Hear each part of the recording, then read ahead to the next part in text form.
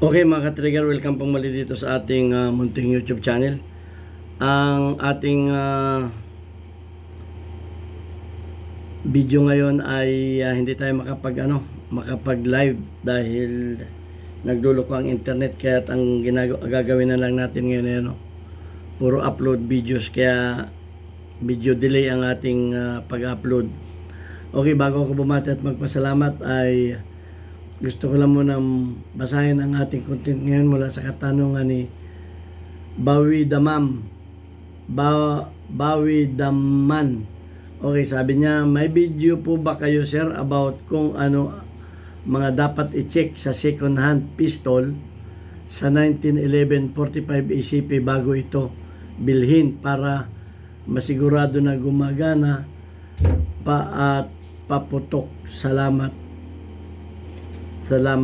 po. Okay.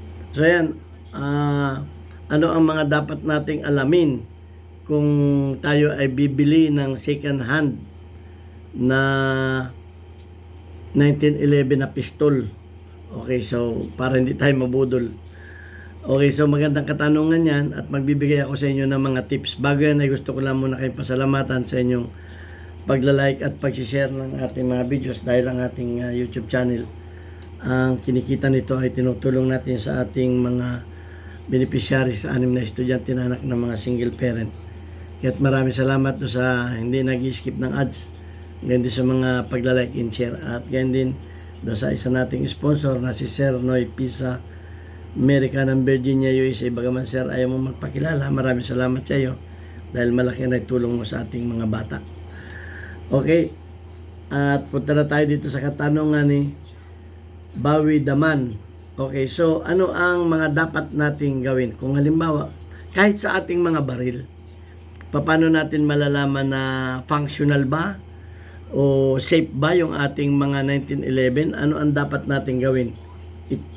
Kahit pa yung mga baril natin na gamit natin, baka hindi natin alam, may problema na yan. So lalo tigit kung kayo ay bibili ng mga second hand na baril na 1911.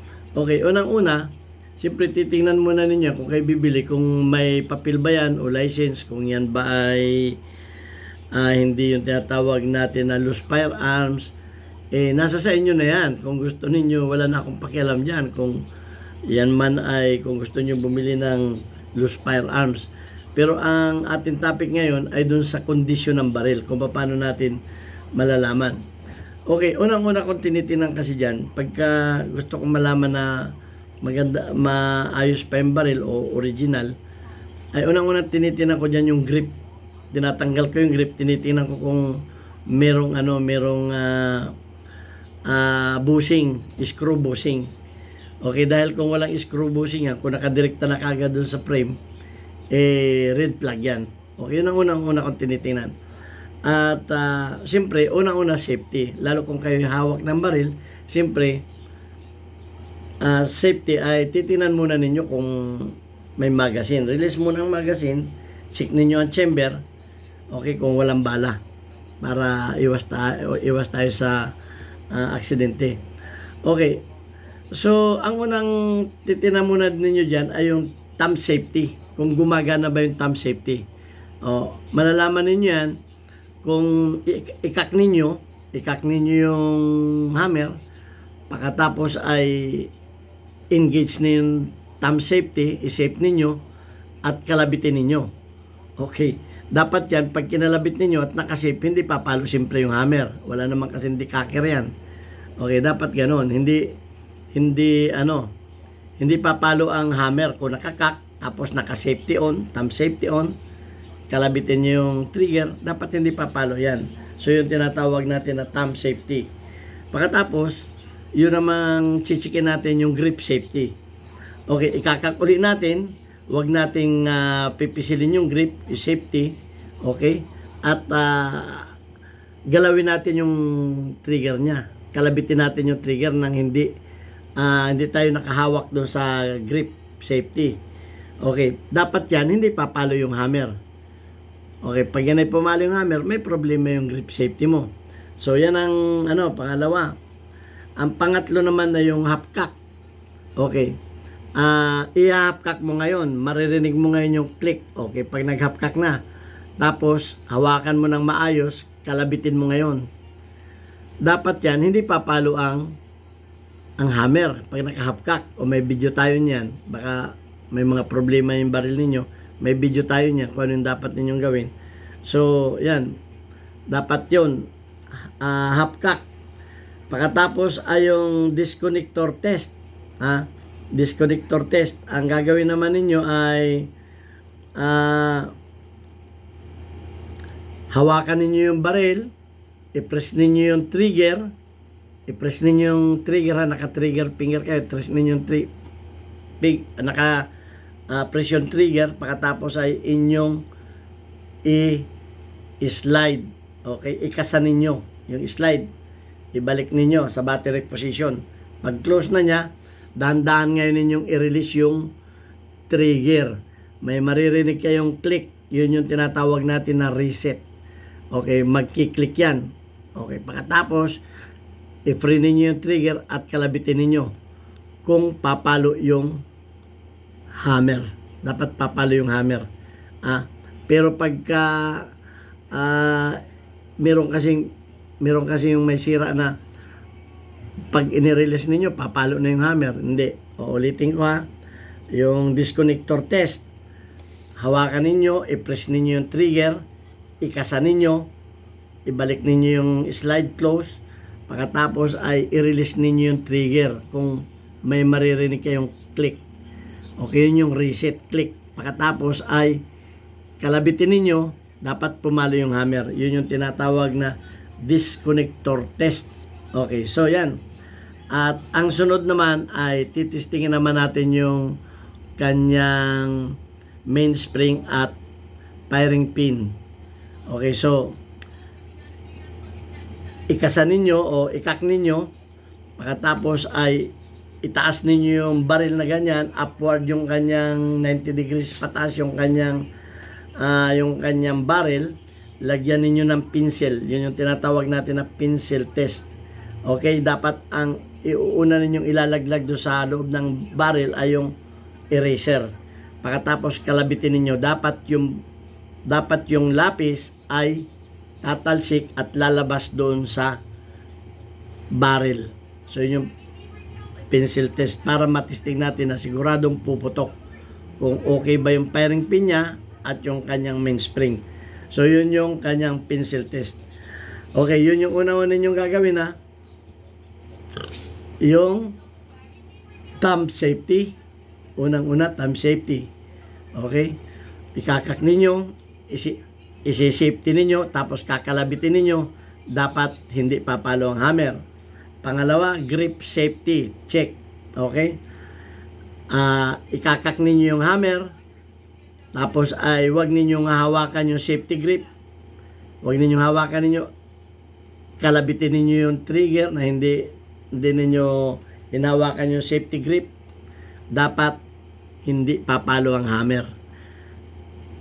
Pag hinawakan ninyo yung safety grip at kinalabit ninyo, dapat papalo yung hammer. Okay, so yan ang sunod ay half cock notch test. Okay, i-half cock ninyo ngayon, maririnig ninyo yung half cock, pagkatapos kakalabitin ninyo, dapat hindi papalo ang hammer. Okay, so ang sunod ay disconnector test, yung reset. Okay, hawakan ninyo yung trigger, nakapress kayo ng firmly sa trigger, ikakasa ninyo, ibabalik ninyo yung trigger, yung hammer sa battery position, tapos ay i-release ninyo dandahan yung trigger, i-release ninyo, may maririnig kayong click, saka ninyo kalabitin, dapat papalo yung hammer. Okay, so pagka ikinasa ninyo at ibinalik ninyo yung binitawan ninyo yung slide, dapat hindi sasama yung hammer. Okay, dapat yung nakakak. Pagkatapos, i-release ninyo yung trigger, may maririnig kayong click, yun yung tinatawag natin na reset. Pagkatapos kalabitin ninyo, dapat papalo yung hammer. So yun ang dapat ninyong gawin. Sunod ay pencil test. Okay, ikakak ninyo, ay puposisyonan ninyo 90 degrees pataas yung inyong 45, lalagyan ninyo ng pinsel sa barrel. Ang una ninyong ilalaglag ay yung eraser, pagkatapos ay kakalabitin ninyo. Pag kinalabit ninyo, dapat yung pinsel ay makakawala o lalabas dun sa kanyang barrel. Tatalsik yung pinsel. Yun yung tinatawag natin na pinsel test. Okay, so yan. At ang sunod ninyong gagawin ay yung barrel and bushing fitting. Titingnan ninyo ngayon, pwede na ninyong baklasin o pwede ninyong silipin kung yung barrel ay hindi maluag doon sa kanyang bushing. Hindi maluag. Pag kasi maluag yan, ay medyo alanganin na ang precision yan. Sabog-sabog na ang bala niyan. Yun yung barrel bushing. Kung hindi kalog, okay. Okay lang yung kaunting kalog, pero huwag naman yung kalog-kalog. Ang sunod naman ay yung titingnan ninyo yung locking lug at saka yung kanyang barrel link. Kung maluwag ba, kung maluwag yung mga barrel link, titingnan ninyo yan. Pagkatapos ay titingnan din ninyo yung frame at saka yung rail, yung railing, slide. Titingnan ninyo kung susukatin ninyo yan, walang barrel, sukatin ninyo kung wala bang sumasabit. At titingnan ninyo kung maluwag. Kung yung slide ay mas maluwag na maluwag pag nakasalpak dun sa kanyang slide. Walang spring yan Walang spring. Para malaman ninyo kung may maluwag ba yung mga railing yan. Kung tama ba ang pagkapiting ng ano. Kasi kung masyadong maluwag na yan, hindi na rin maganda ang kanyang sa precision. Hindi na rin maganda yan. So yun, ang slide and rail fitting, titingnan ninyo. At titingnan din ninyo yung feed ramp. Ano ba yung feed ramp? Yung tinatamaan ng bala pagka kayo ay nagcha-chamber. Tingnan ninyo yung kung yung feed ramp ay malalim na ba, may gas-gas ba, o may talaban ng kikil. Dahil pag yan ay hindi na maganda yung feed ramp, kasi merong mga barrel na feed ramp, meron namang wala. Yung mga sa mga receiver, titingnan ninyo kung yun ay may gas-gas na. Yun yung tinatamaan nung bala papunta sa chamber. Okay, parang nakaganyan yan. Titingnan ninyo yun. Okay, yung feed ramp, wala tayo ngayon 45 So yun ang isa na pa ninyo titingnan, yung feed ramp. At ang sunod, tingnan na ninyo yung mga parts. Kung yung mga parts ba ay flawless. Kasi kung yung mga parts niyan ay may mga talab-talab na kikil, baka fabricated na, ay malamang yan ay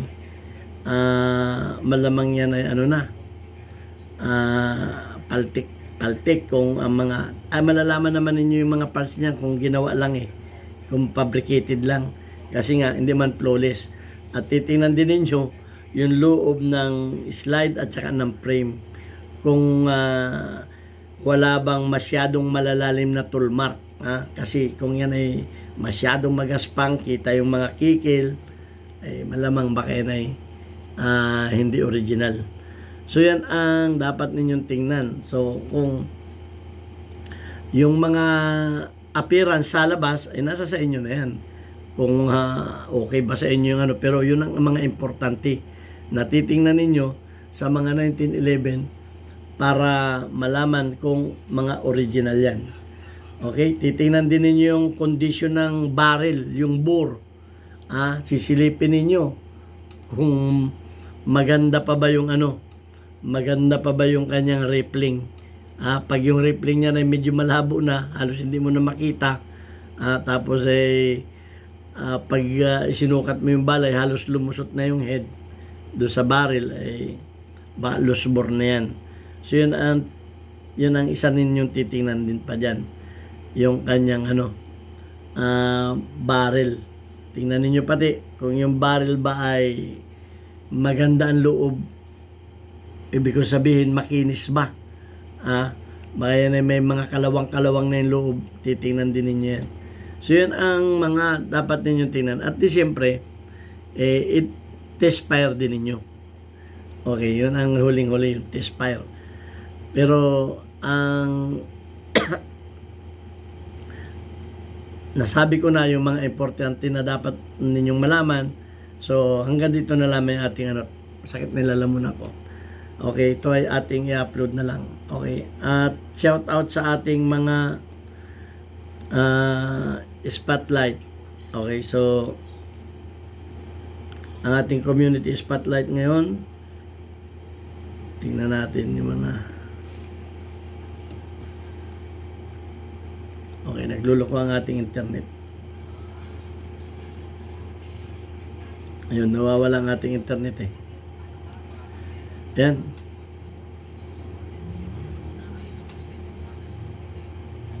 Okay, shout out kay Eddie Garcia, meron kang 41 engagement. Shout out kay Larry Quezon, meron kang 7 engagement. Shout out kay Rag Perns, meron kang 100 plus engagement. Shout out kay Lord Williams, meron kang 15 engagement. Shout out kay Boy Omay, meron kang 100 plus engagement. Okay, hanggang sa sunod. At hindi muna tayo makakapag-live. Upload muna tayo ng mga videos dahil ang internet dito ay paputol-putol. So, nag-live ako kanina, nasayang lang. Kaya inulit ko na lang. Okay, maraming salamat sa inyo. God bless, hanggang sa muli. Bye-bye.